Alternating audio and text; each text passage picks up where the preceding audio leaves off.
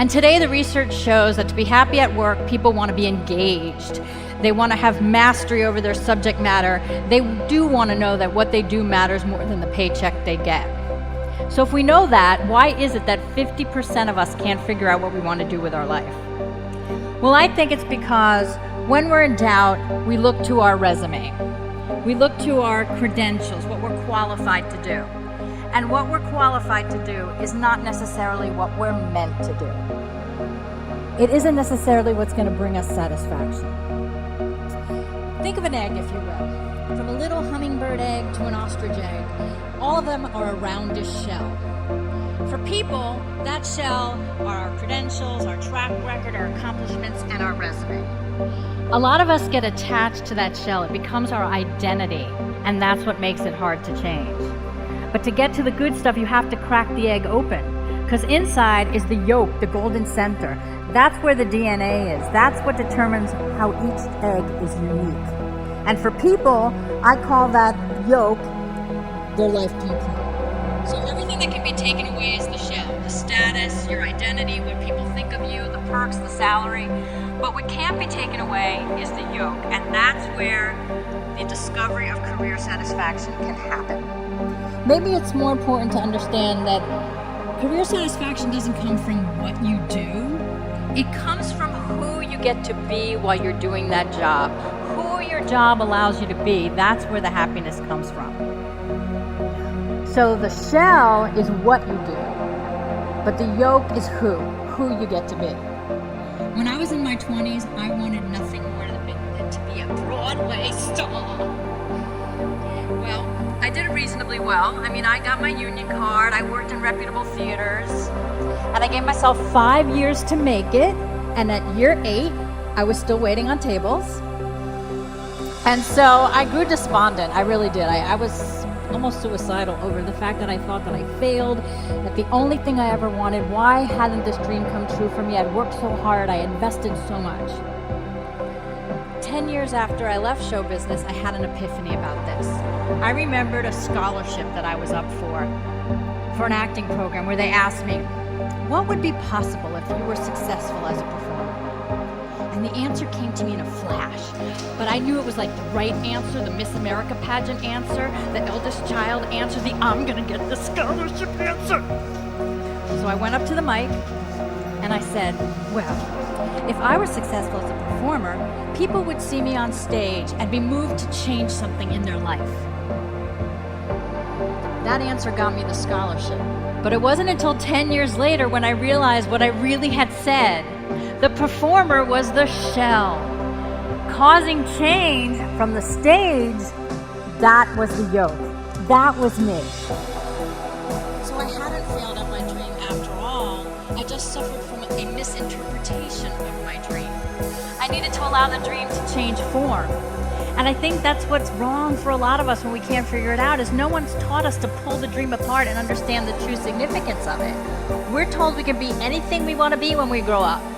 When we go to pick that college major, though, the question changes from what do you want to be when you grow up to how you're going to make a living at that. We haven't been taught what our dreams and machinations really mean to our career trajectory.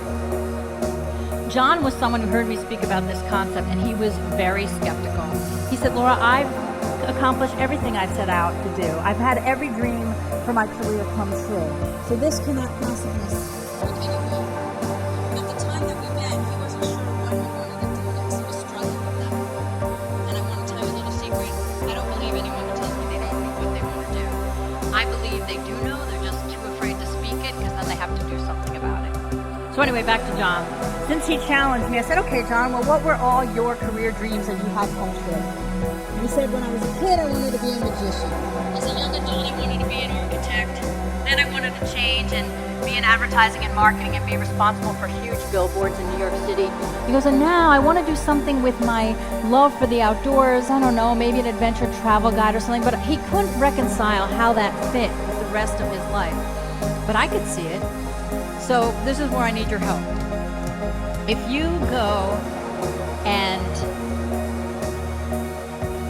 go out and you see a wonderful magic trick, one that blows your mind, What's your reaction? Show me on your face what your reaction is. So if you go to a city that you've never been to and you're looking up at the architecture, what does your face look like? All right, now if you've been to New York and ever seen a billboard so large that a woman's navel is the size of a cruise ship, what does your face look like? So you see, everything that John did evoked a universal human response across culture, language, or age. Wow. All those jobs were what he did, but who he was someone who inspired awe. And if you go out in nature, you will be in awe. So it was completely in his blueprint for him to go and become someone who worked in nature and took others into nature to inspire awe. So today, he owns a company where he designs and manufactures gear for outdoor enthusiasts. He found his way.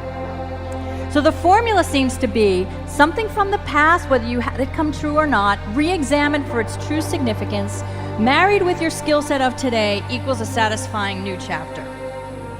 Now, there are people who have said to me over the years that they've never had a dream, that they never had anything that ever called to them. They don't have any memory of anything they ever wanted to be when they grew up. And over the years, what I've seen as a common thread among these people is that they all had a rougher childhood than most. They either grew up in a dysfunctional home, maybe there was raging, maybe there was alcoholism.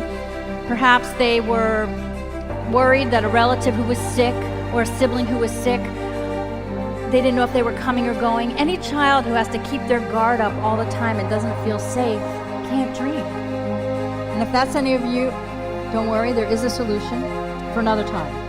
I've also met people who have had a round of success with their career, but it was based on something that was a reaction from their past. So they succeeded, but now they don't know what to do because they have no criteria. So that thing from the past, if any of you have ever made a vow, anyone ever said, I won't be like my mother, or I won't be like my father, or I'll never be poor, or I'll show them, that's a vow. And if you did that, it was a reaction to circumstances of your life, and it probably served you well. Look, a lot of people have a lot of ambitions based on things they don't want in their life. But there may come a point where that motivation is no longer useful to you because you've outgrown it. And then what do you do? So Karen was someone that I met in this situation. She was a top salesperson. She won all the cars, all the trips. She started talking about how she was feeling really anxious because she felt like she was losing her mojo. She didn't know if she could keep up this pace, and she didn't know how to discipline herself to be as ambitious as she was before. Now, I suspected that there would be something in her story that would tell us what was going on. So there it was. At 17, she was ready to accept a scholarship to play basketball for college, and she found out she was pregnant. She gave up the scholarship, she had the baby, and she made a vow. I will not be a teenage statistic. She had that baby, she had another baby with the same guy, then she married him, went to school, got this great job, succeeded wildly, and now she couldn't figure out why she couldn't make it work. Well, she wasn't a teenager anymore, and she had well proven that she wasn't a teenage statistic. So once she had the awareness that she needed to just change why she worked, the motivation for why she worked, she was on to new paths. So you see, your resume is only part of the equation. All the things that happened to you that made that resume, that made your life story, that's what reveals your blueprint. That's what reveals the themes and the imprint that is your yoke. I want to live in a world where people stop competing at work because they realize that they are so unique that there's nobody to compete with. Everyone's unique. We don't cross over. We don't have to compete. I want a world where we don't torture our teenagers to figure out what they want to do with the rest of their life at 17 years old, because we've taught them that their dreams have many ways that they can come to be. And I'd like to see a world where nobody suffers to make a living because they understand that they are not wedded to the shell, but they can evolve from the yoke. So, before I told you that half of the people in the U.S. would do something different if given the chance. Half! That is an epidemic. But it's an epidemic that has a cure. And the cure is understanding that career satisfaction doesn't come from what you do. It comes from who you get to be while you're doing it. And the beauty is, who you get to be is the real you.